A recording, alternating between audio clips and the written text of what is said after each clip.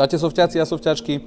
Dneska si ukážeme novinku od výrobcu Delta Armory. Sú to tieto airsoftové masky Shadow Fighter. Ako máte možnosť vidieť, vyrábajú sa v rôznych farebných variáciách, takže si ten svoj airsoftový gear určite budete vedieť zladiť.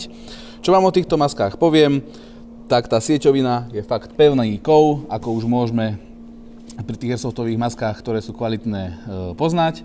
Čo sa týka potom materiálu, z ktorého je to vyrobené, je to 100% nylon, ale z vlastnej skúsenosti viem, že je to materiál, ktorý fakt rýchlo vyschne, takže aj keď sa človek spotí, hneď to má za chvíľku suché. Keďže tá pevná sieťová maska je len v chrupovej oblasti, znamená to, že keď si priložím zbraň k licu, dá sa mi pekne mieriť a vidím aj red dot v tom kolimátore, alebo teda ten červený bod, alebo zameriavanie mieridla a tak, pretože pri tých celosieťových maskách je niekedy problém domieriť a musím si kupovať vyvýšenú montáž, po prípade kolimátor, ako je napríklad T1 Pro, aby som si vedel zamieriť.